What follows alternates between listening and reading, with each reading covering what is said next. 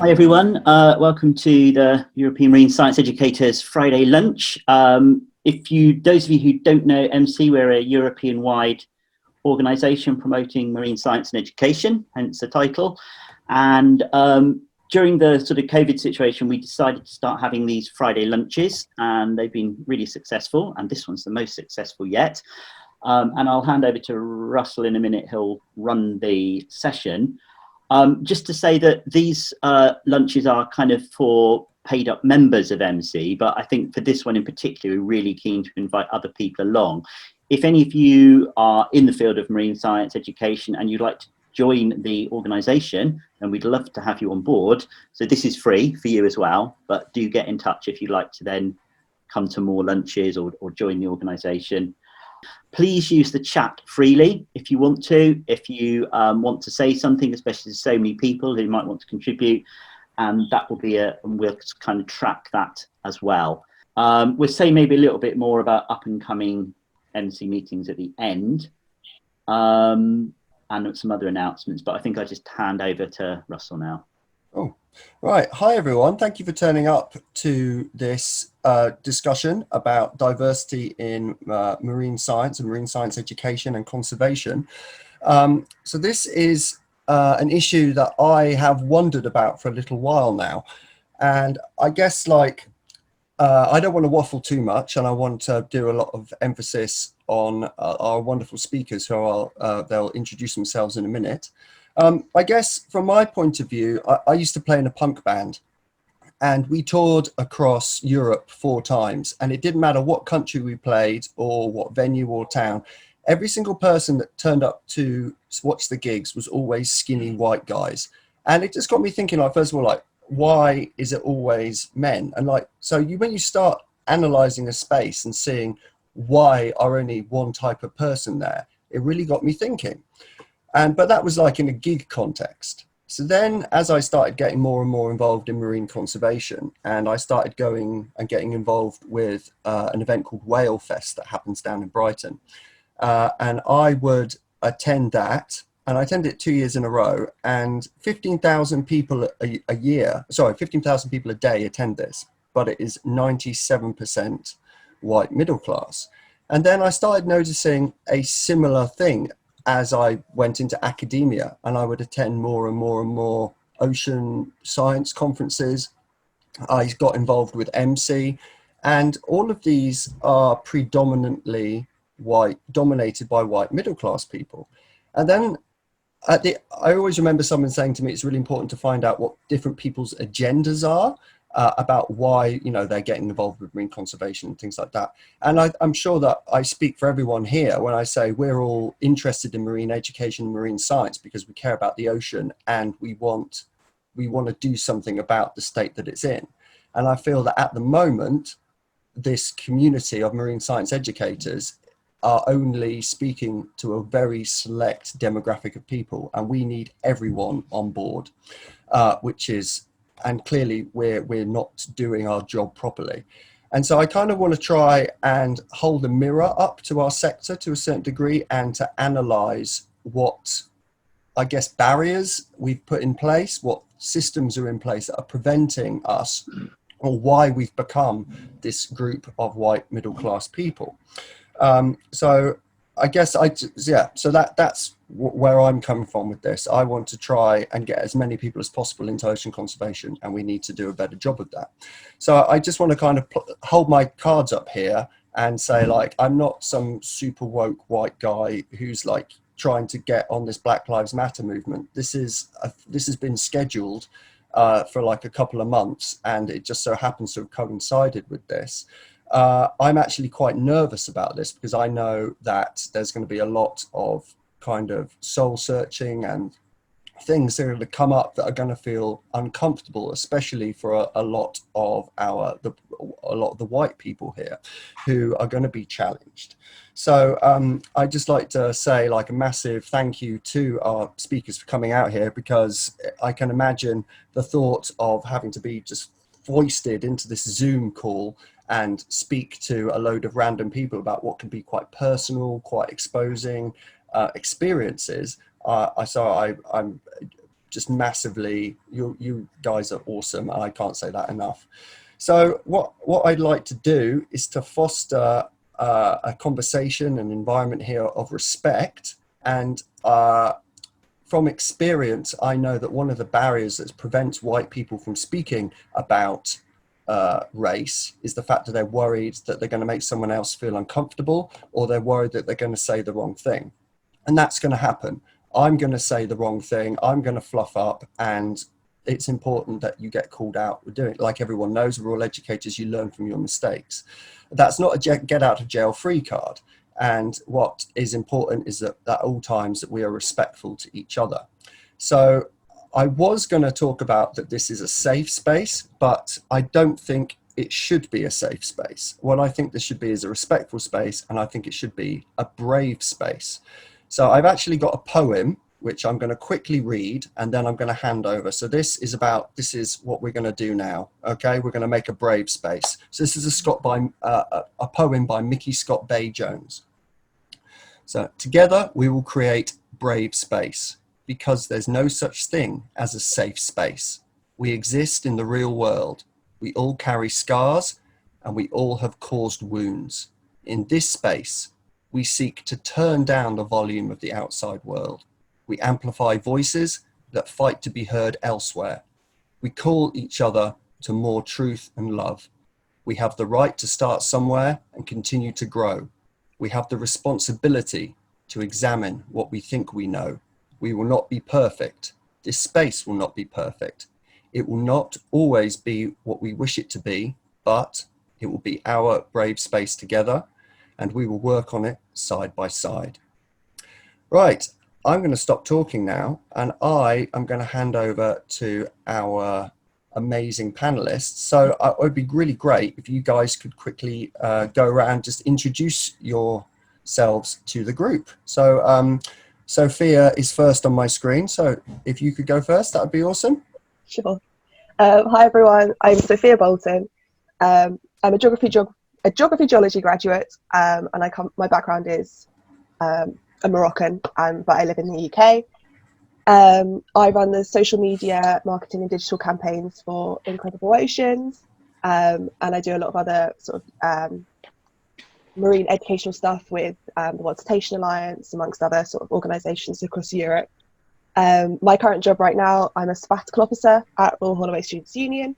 My remit includes fighting for climate justice, alongside other things, including tackling the bay attainment gap. Thank you. Brilliant. And if we could go over to Inka next then, please. Hi everybody, I'm Inka Cresswell. I have a background in marine biology and then went on to do a master's in wildlife filmmaking, and I now do a lot of work as a wildlife filmmaker, but also as an underwater photographer and an underwater camera operator. And a lot of what I do is much more geared towards science communication. So I work closely with marine biologists around the world, learning more about their research, about what they do. And then I try and translate that into a way that can reach the general public and educate people on a much bigger scale. Brilliant. Thank you. Zahara, if you'd like to go. Yeah, sure. Hello, everyone. My name is Zaharatu Babika. I'm a civil engineer from University of Bath. I'm a PhD student in my third year. I'm currently working on groundwater modeling. I'm from Nigeria, that's West Africa, and basically we've been working hard on modeling groundwater vulnerability. Nice Brilliant. to meet everyone. Thank you. I should also add that Zahara gets quite involved with doing outreach within her department, and has also come and helped me out on a couple of occasions. And finally, I've not met this gentleman yet, but he's on the other side of the world. So Clinton, if you'd like to introduce to everyone, including me. G'day everyone, how are we? G'day from the Southern Hemisphere.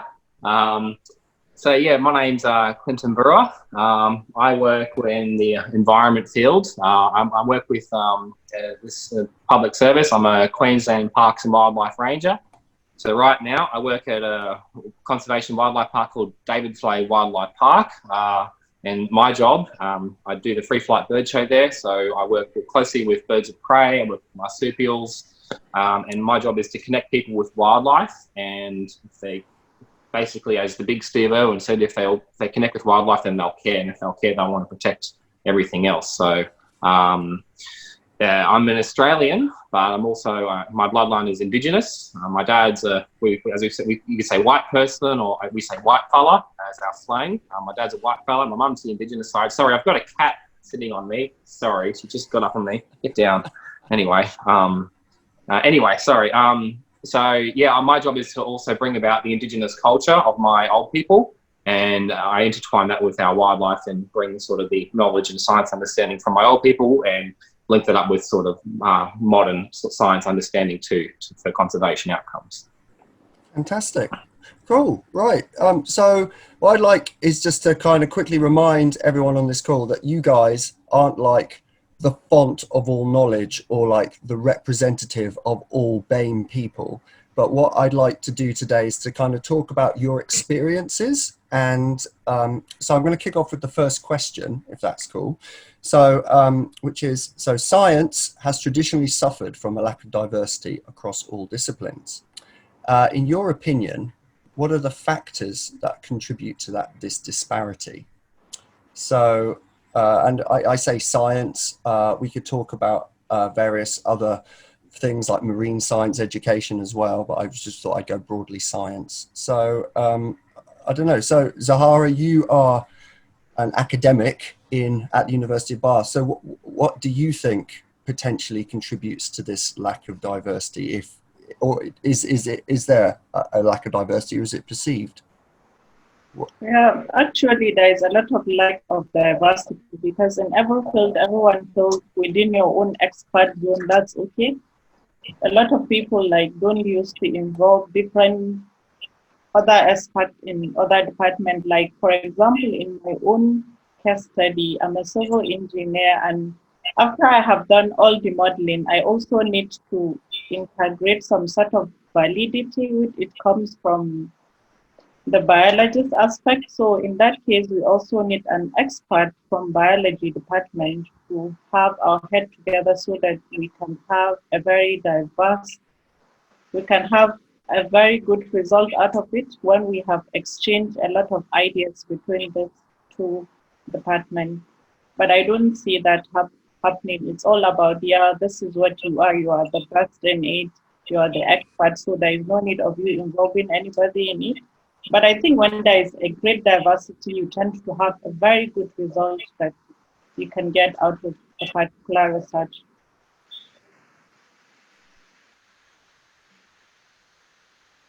You're muted, Russell. Sorry, I'll unmute. So there was an interesting article in New Scientist this week, actually, that about, I guess, this idea about the scientist sees themselves as this all-seeing expert. And one of the big problems is that scientists think that they're too clever to be racist, which I thought was quite an interesting outcome from that.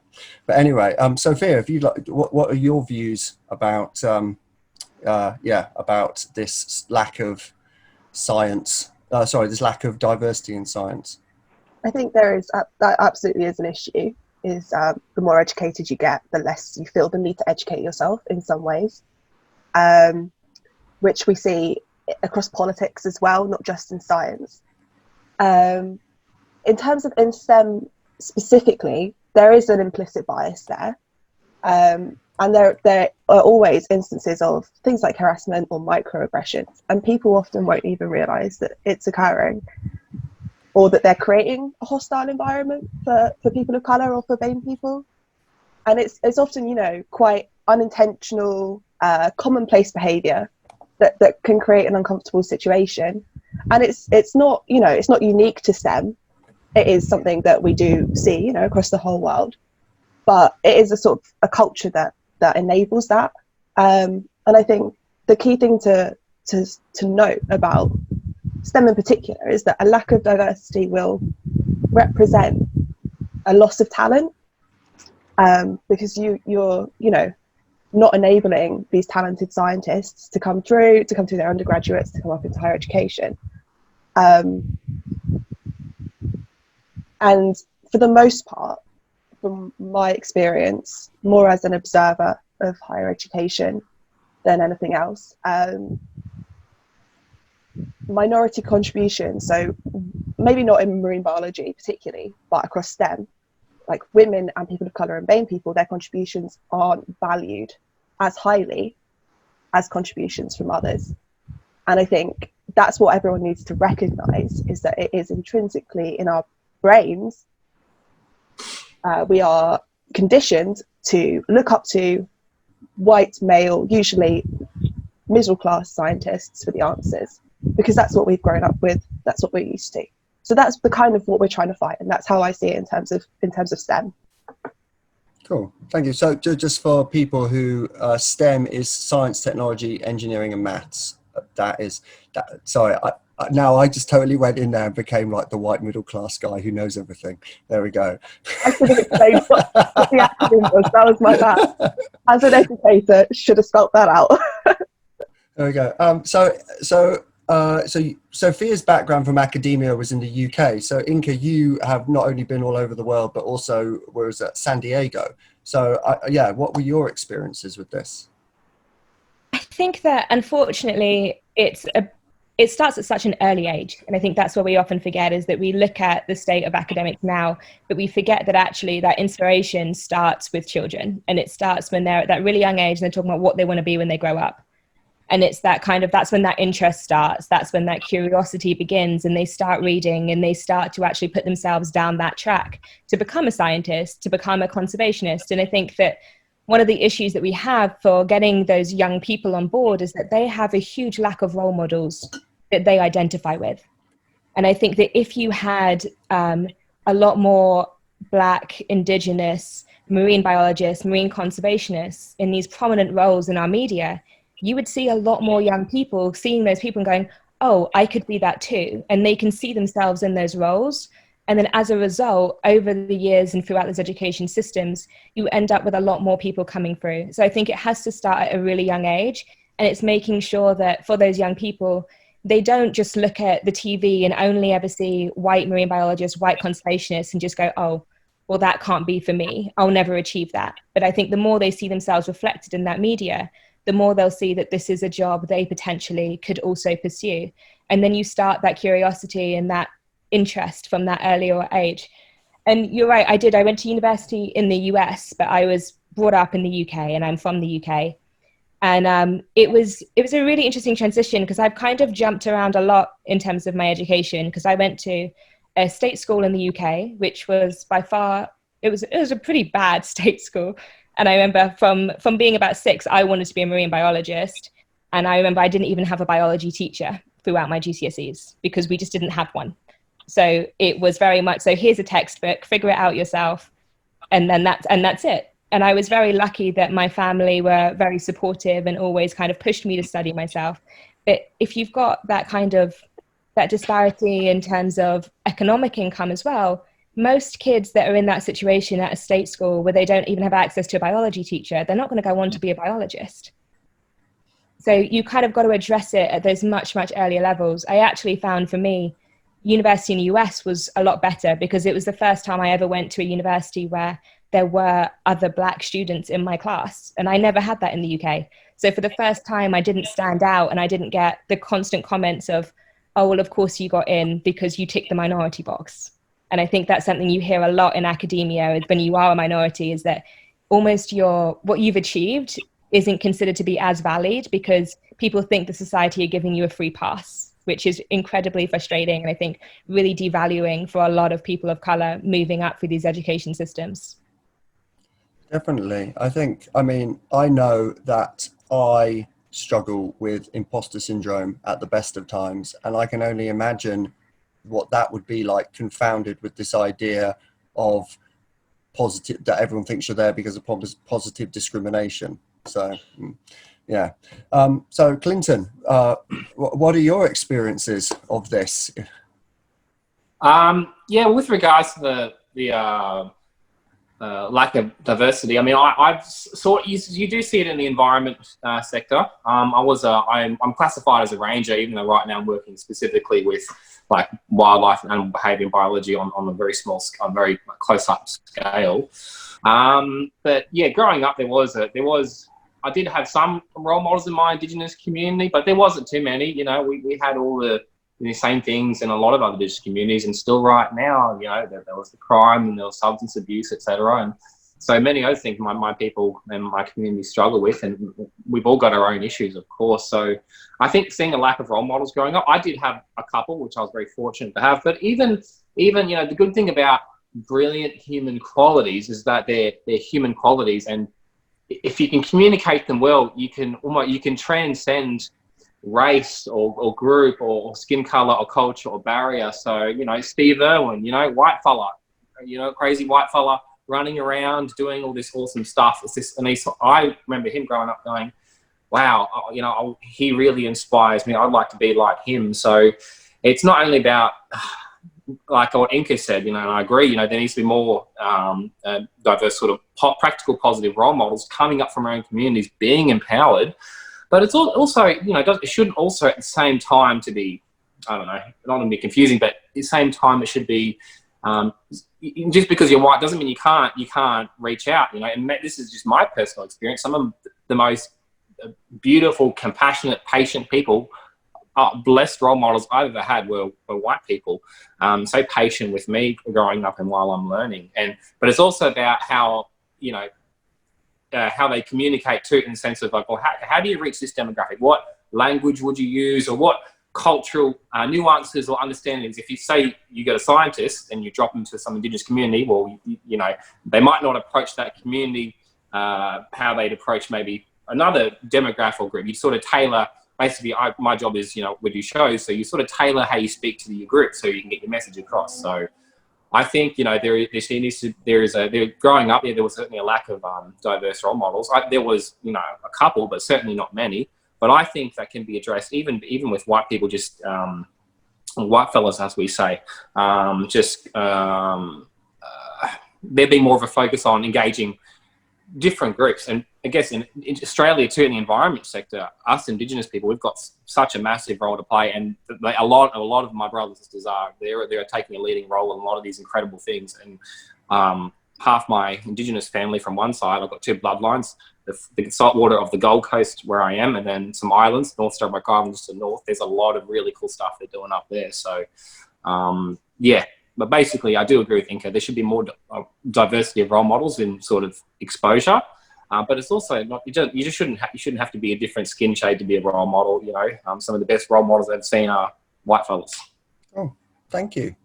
Cool. So, so I guess kind of drawing upon a little bit what Inka said about this idea of positive discrimination and things, and again within this idea of academia is. I mean, I know that especially in marine science, people are vying with each other for very small pots of funding and like trying to work on projects and put things together and get things in motion. And I know that everyone here is really involved in running these very successful projects. So I'd like to know from people now is like, in your like personal experience, are there any instances where the success of or the progress of a particular project you've been working on has been influenced either by unconscious bias or like racism, either major or micro, within an institution or organization or individuals that you've been working with? And I guess I'm interested in how also that manifested itself. And I say this because I think that a lot of the time, white people assume that racism is like someone coming up to you and shouting an obscenity in your face. Whereas I know, especially in England, where we're a bit more reserved, racism manifests itself with like little things like throwing a CV in a bin because they've got, you know, a foreign sounding name or something like that. And that is more how it manifests itself, which I think may or may not be different to the US. That is. So yeah, anyway, I'll stop talking. Let's go. Sophia, what do you, so yeah, I'd be interested to see what you think about, like, is there any experiences that you've had that you can recall, or do you mind sharing? I mean, I understand this is a very personal question, so if people don't want to answer this, then please say otherwise. There's one experience I would like to share, and I think it was obviously my job. I lobbied the university from a student perspective. and I sat in a meeting with probably 60 academics talking about the BAME attainment gap. And it wasn't my piece of work we were presenting, it was someone else's piece of work, a white woman who is a fantastic ally to the BAME community and was doing a fantastic job. And it was that one particular academic stood up and said, well, you know, I feel we really need to hear from the BAME voices in the room, being myself and one other Black professor.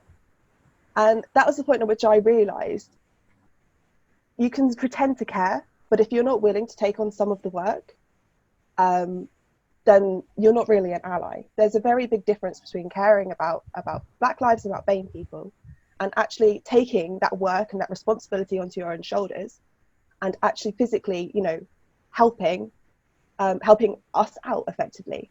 So I think it's that notion of allyship, which people get really confused about, in that it's not just advocating, but it's not just amplifying BAME voices, which is obviously a huge part of it, but it's when there is not a BAME voice in the room, or when there is not a BAME voice in the room who wishes to contribute at that point or feels comfortable contributing at that point, you need to be educated enough to stand up and, you know, fight for what's right and fight for the diversity and for the equality in the room. There is absolutely a balance here between speaking for BAME people and amplifying their voices. And I think that particular experience was quite stark for me, because it was kind of like, I'd like to hear from the BAME voices in the room, stares at me, stares at this one Black academic. And I was like, oh, that's very aggressive. That feels like, you know, we don't have to contribute if we don't want to, you know? So that's probably was a quite big defining experience for me. I'm quite lucky in that for the most part, I am white passing, and I don't experience microaggressions to the same extent as other members of the BAME community. Cool, thank you. Yeah, very interesting. So yeah, I think this idea of allyship is quite important, but also how that manifests itself and putting you on the spot like that. Yeah, it's an interesting.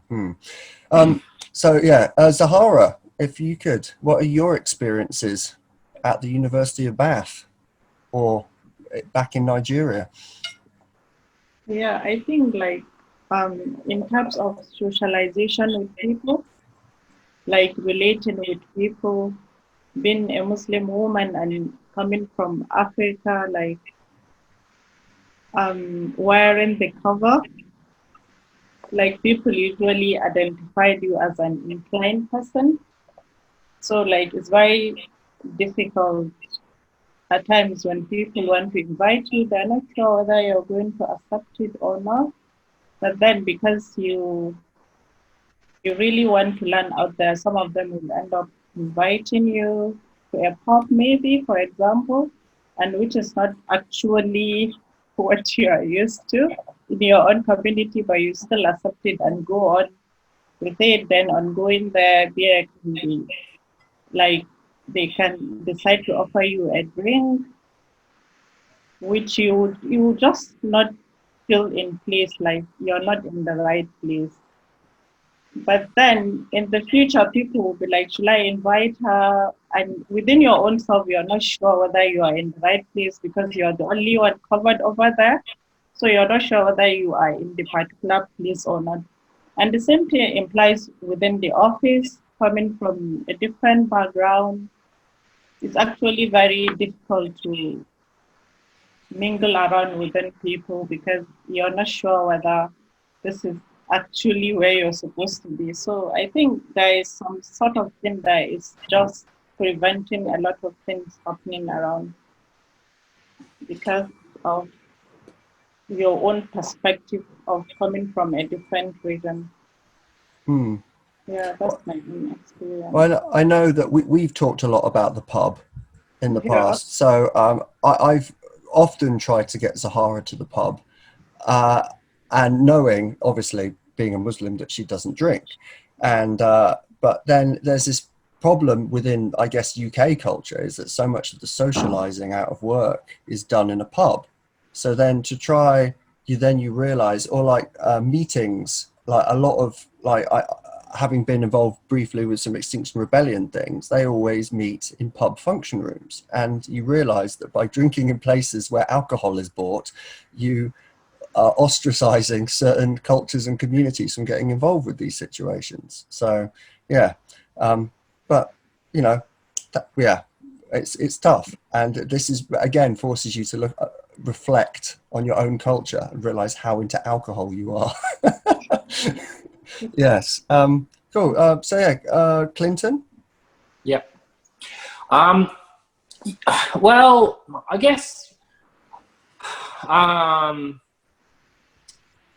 Yeah, it's being, you know, working in my organisation. You know, I can't really say I've had, and I do my best, you know, to just, when I, you know, as we do, to stare at people, you look into their character and all that, and there probably has been instances where I probably have witnessed or been, you know, of cop racism or whatever, but I may have not have noticed it. I have been working on particular projects, however, where there has been massive bias against what I was doing, and a big part of that was Indigenous. Now, I don't want to say it was particularly because it was Indigenous, but the project was a really big project, and a good part of it was, and there were individuals, there were several, actually, it was quite a few individuals who were making it very difficult for me to do this project and get it done, and imagine weren't supporting me. Anyway, I got through it, and I can say pressure creates diamonds. So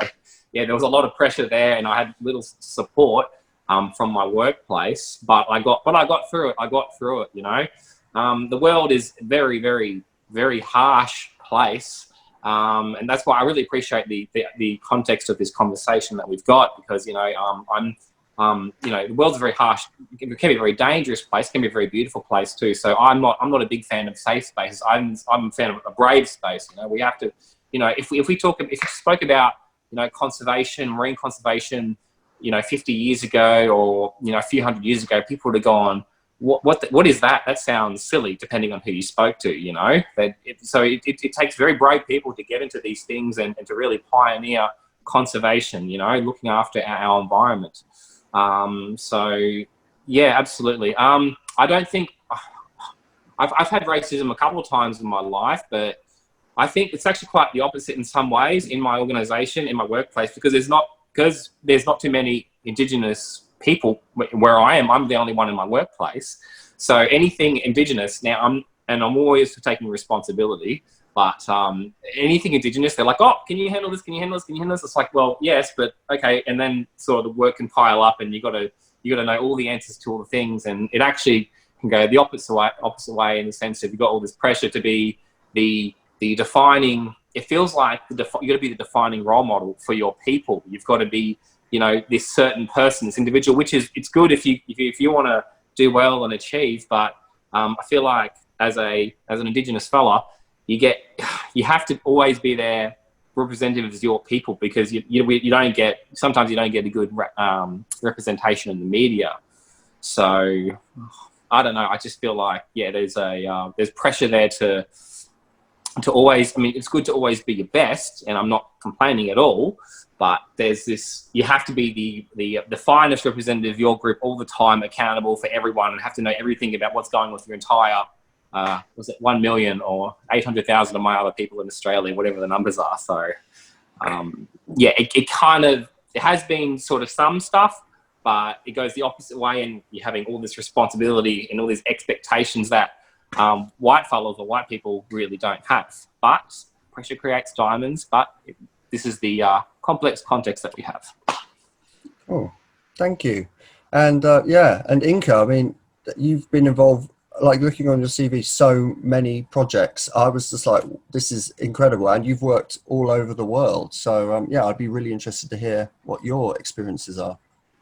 Yeah, I think I've had different experiences with this issue kind of at all different stages of my career. And I think like one of the earlier ones where it was kind of more damaging was probably during my A-levels. So we're going way back to when you're like 16, for those you don't know A-levels. A-levels is the qualification exams that you take in the UK to get into university. So they're kind of the defining grade that decides whether or not you would get to go to university to study a degree. And I remember I did my mock exams like every other student, and I think I got a 98%. and I was the second highest scoring student in the class. I was over the moon, really excited. And then my predicted grades came out and my professor predicted me a C.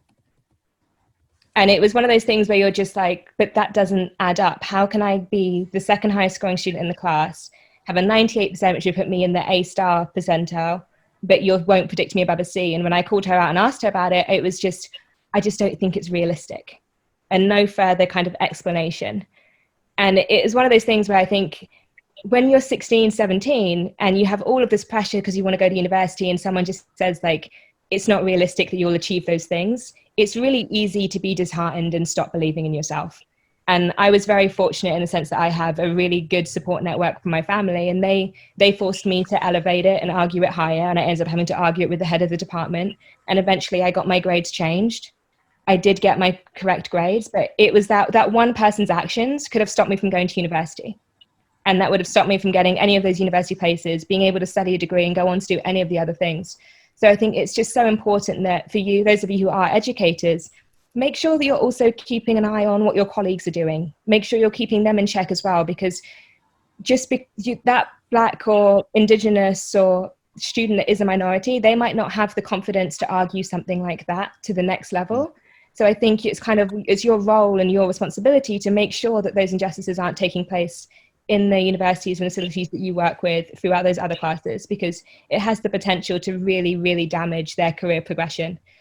And I think the other one was when I was during university, and I applied for a scholarship position to go on a research expedition to China. And it was one of my first big research expeditions, and I was really, really nervous about getting the interview, as you are when you're a student and it's your first big interview for a big project. And I remember doing really, really well throughout the interview process. And then one of the questions was, the people you're going to be working with will most likely have very racist views and won't like you. How do you plan on dealing with that? And it was one of those things where it was just like, I did not prepare for that question. But also you're kind of trying to figure out, how do I answer this in a way that still gets me the job? And do I still want the job? And what do I do? And I ended up making up some ridiculous answer that ticked all the boxes for them. But I left the interview, and I think as soon as I left, I was in tears, just being like, this isn't fair. Like, why is that a situation that I have to be in when I know that any of the other white students wouldn't have to answer that, the impossible interview question as it is? And I was actually really fortunate that I did end up getting that scholarship, and I went away and I did the research project, and it was actually a really fantastic experience. But in the back of my head throughout what could have been a really brilliant career defining experience, I was really nervous, thinking, do my doors lock okay? Am I safe where I am? What's going on? Am I putting myself in a really dangerous position? Oh, we have to go and hike that mountain 3 mountains over. I'm not going to have cell phone service. Am I in danger? Were they warning me about this? And I think it's those kinds of questions that can really impact your focus on your work as well. And if you're constantly having to worry about your safety, you're not going to be contributing to the best of your ability. So I think that's really difficult. And luckily, none of those things did set me back, and I was able to go on and do more and more projects. But I think with what I do in terms of kind of educating people and making films and doing the photography that I do, is that I do end up traveling around the world, and I end up with interacting with all different communities, all different cultures, and people with all different views. And it's really hard to be in a leadership role in some of these countries. And I would often find that if I'm working with a community, like they'll look straight past me and redirect the questions to my camera assistant, because he's the white man and I can't possibly be the person in charge. So it's really, really difficult in that sense. I think you have to, and some of these people aren't racist at all. They're really lovely people. And as we got to know each other, became really good friends. But it's just their automatic reaction is like, oh, well, there's no way the black girl's in charge. It must be this guy that I should be speaking to. And I think it's just be mindful when you're interacting with different people, and understand that you don't know what someone's qualifications are or why they're the person in that position, and try not to bring those stereotypes that you maybe associate with how they look into the workplace. I think you raise a really interesting point there about you just want to get on and do your work and do the project without having to worry about how people are going to react to you because you're a particular race or look a particular way. And I think this, I've been quite careful to not draw upon things that have been going on in the US at the moment, but there was this really thought-provoking piece, which I'm just going to post in the chat, by a Black oceanographer and climate scientist called Ayana Elizabeth Johnson, who basically says, I'm just trying to educate people about climate change and sort out the ocean, and all of this stuff, and me having to navigate through this maze of, is someone racist? How are they going to react to me? Makes me stop doing my job as well as I want to do it. What I don't want is for this to be like a standalone session and feel like, oh yeah, we've done that kind of thing. I want to kind of look to the future and start looking at us as a sector and how we can probably implement some of the things that we talked about and just ideas that will come out of this, and to see how we can move forward with this. So I guess, like, on a very personal level, each of us are part of larger organizations within our own countries, either be that, you know, academic or, you know, whatever. We're all part of a larger network. What I'd like to ask our speakers now is, just as we are wrapping up, like, what do you think is an important thing that, like, the individual can do to help start on that road to getting, you know, your organization more diverse and to agree that diversity is an issue? So it's almost like, you know, this is a really big issue, but what can the individual do, if that makes sense? So I can't see anyone else at the moment apart from Sophia. So I'm going to ask Sophia what she thinks. Yep, sure. I think first off, go and educate yourself. Go and read about other people's experiences, read all the lovely articles that have just been posted in the chat. It's a really good place to start. And then have those difficult conversations like we've had today. So you need to start chatting to people and saying, look, this organisation is really white, or, you know, really male dominated, or really whatever dominated, to be fair, cisgender dominated. This goes for all minorities. And you've got to start getting people to recognise that that's an issue, and that you are losing out on a lot of talent, probably without even realising it. It is just, you know, bias that's just ingrained in us from very young age. And then start to think about, you know, things like positive discrimination is a very, very weak first step, but it is a first step into starting to get your organizations to be a little bit more diverse. So if you have any responsibility in terms of hiring individuals, or offering, you know, internships and volunteering to individuals, you've got to positively discriminate against the BAME people and the people of colour. It's a start. Okay. Once you've got them as role models, the others will come, you know. So that's I guess that's the idea, because obviously we're like, oh, positive discrimination is bad, but then this first step to try and see that a space belongs to other people apart from white people is I guess, like, quite crucial. Okay, so other people have popped up. So let's go, Inka, go for it. Firstly, I think it's really easy to look at kind of the entire race movement and find it really overwhelming, and like, how on earth can your individual actions convert this entire industry, and what could you possibly do? And I think it's really important that we think of it a little more in terms of, like, what do I know? What am I an expert in? What is my field? Who can I interact with? And try and just tackle that sector. So don't try and take on the entire world at once, like that will follow, but start with your own department, with your own organization, your own aquarium, your own museum, and think, okay, well, what are we missing here specifically?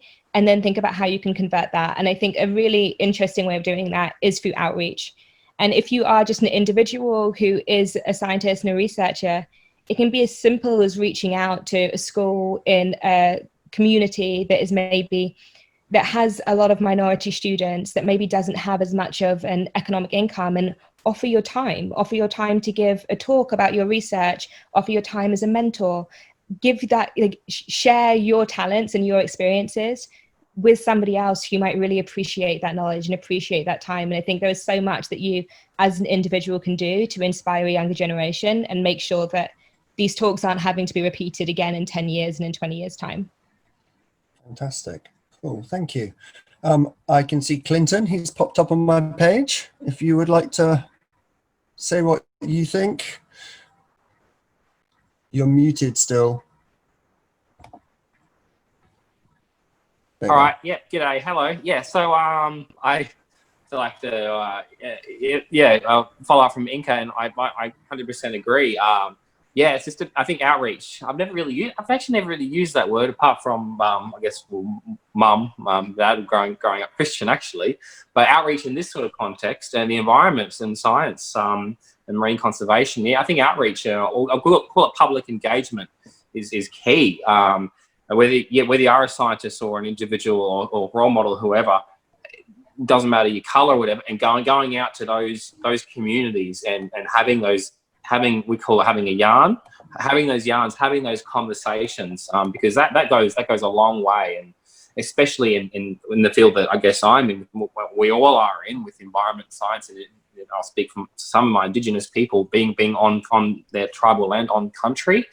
Going out there and saying, well, you know, this person who's achieved this sort of stuff, he or she's that person's this role model, and they're having a yarn with you now, and they're going, well, okay, well, you're here, and you know, if you want to get to this level, you can. I believe in you. So having that good, positive public contact and seeing that role model there, and whether it's a white role model or an Indigenous or black, white, green, blue, it doesn't really matter. But I think direct public contact and engagement is key, and seeing those role models face to face and going out to those communities. That goes, in my opinion anyway, that goes a massive long way.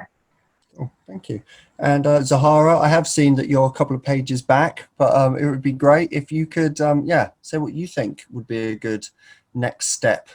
Yeah, so I'm also in support of outreach. We've done a lot of outreach here in Perth already. We have done Festival of Nature to young kids, whereby we have displayed how science can be quite interesting to young kids, and also within the third world countries. I have tried a little bit of outreach, trying to make the science a little bit interesting to young kids and serve as a role model to them, because most of the third world countries, their parents tend to be working within the unskilled sector, so they actually don't see the good side of science or how simple it is. They find it to be something very difficult, something that they can't do. But once you're out there trying to show them, yeah, it's possible, it's quite interesting, you can actually be engaged in. So I think we have done quite some few outreach, and it's really been helpful, and a lot of students has been engaged. We're kind of at time now, and so we've just run over slightly, but I would like everyone to give our panel an amazing round of applause. So I want Brilliant and to have the bravery to come on here and to speak to a panel of strangers about quite personal things. Thank you very much.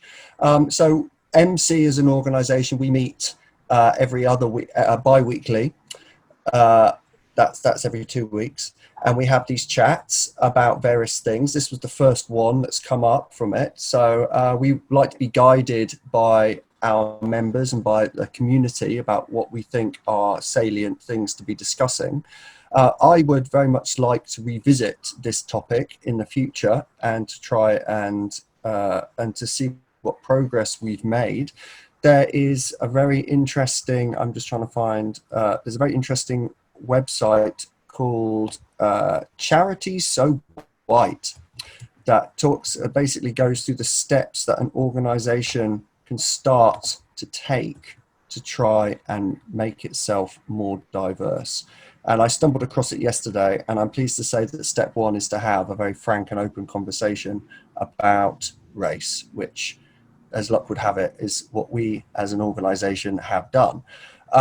So I guess, like, I've been like on this trying to figure things out as a white guy, and a thing that's really helped me was this book, which is why I'm no longer talking to white people about race. and I was expected to be hit with like a load of white guilt and like nasty feelings. Oh, I don't want to feel like that. Oh, you know, kind of thing. But the book is amazing, and if anything, it's made me much more understanding, much more empathetic, and I feel like it's empowered me to have the confidence to be able to speak about these issues, which make me feel uncomfortable. It's very British centric, but apart from that, I would really recommend it to, and I should also hasten to add, I'm a very, very, very slow reader. I read this in a week. It's phenomenally well written. It's one of the best things I've ever read. So there we go. So that was it. If you're interested in MC, do check out our website. There we go. I'll just put it in there to everyone. And we are hoping to, unfortunately, we had to cancel our conference this year because of COVID, but this is one of the things I wanted to talk about at the conference. We're hoping to do a Zoom conference sometime at the end of November, early December. So if you're interested in becoming an MC member and contributing to the community and steering which way we go, that would be absolutely fantastic. I will now let you get on with your Fridays, wherever that may be.